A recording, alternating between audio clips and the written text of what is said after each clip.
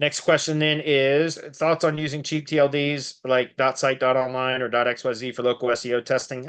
You can, I suppose. I don't like to do that. I mean, you can. Let me rephrase that. You can do that. I use top level, or excuse me, they call vanity extensions all the time, like felling.pro. I've used .care for tree.care type. And I know people, well, .care is supposed to be for health providers or something like whatever. I don't care. If I've tested different types of domain extensions and not had any problem ranking them. Um, I've not tried anything with .xyz in a long, long time, but .site, .online, things like that. I mean, like I said, I use felling.pro as my current kind of LLG domain that I'm using, and that works just fine. I've used .care for a number of tree service projects where it was tree.care. So whatever the company name is, tree.care. And I've had no problems ranking those before. So yeah, you can, again, test with different domain extensions and see. Typically when I'm doing what the testing that I've talked about that Terry Kyle introduced me to many, many years ago, where he called when he was describing what he calls the random ranking factor, and he talks about testing on multiple domains before ever starting a project.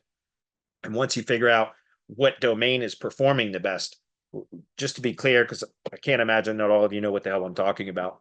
Terry Kyle is kind of a legend in the SEO industry for those of you that have been around in the SEO business for at least a decade or so, or actually probably longer than that, 15 years or so. That dates me a bit, but Terry Kyle was mainly did like affiliate type SEO stuff, but he was real.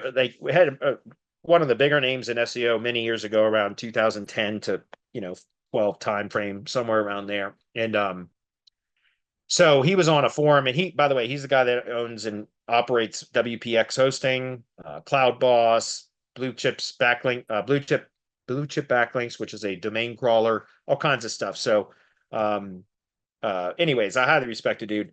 He had a forum where he was real active on back then, and he was talking about. I was introducing the concept of what he calls the random ranking factor, and he said that Google just sometimes doesn't like certain domains. And we don't know why. Just some domains just will never perform well, no matter what you do. Even if they were brand new, never registered before domains. Sometimes Google, it's just randomly just dislikes domains.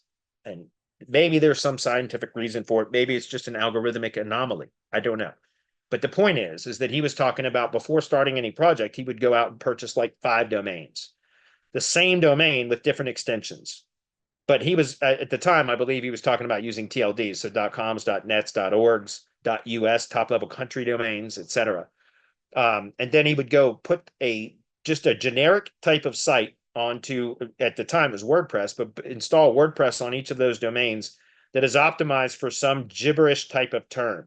In other words, you end up duplicating the exact same optimization onto all 5 sites. And we're not talking about building full-on sites here, guys, that are, have content and images and, tuned copy and all that kind of stuff. That's not what he's talking about. He's talking about literally just buying 5 domains, slapping up a generic WordPress site that is optimized for some random made up search query or keyword, and then optimizing all 5 domains with the exact same targeting the exact same search query or keyword, or something that could be made up, and just plugging all of them into Search Console on an indexer and a rank tracker, and seeing where they end up after let them sit for 3 to 4 weeks once they're indexed, and see which one is performing the best in search. That doesn't mean it has to be ranking. It doesn't matter. Let's say that the best performing one is in position 44. We're just making this up.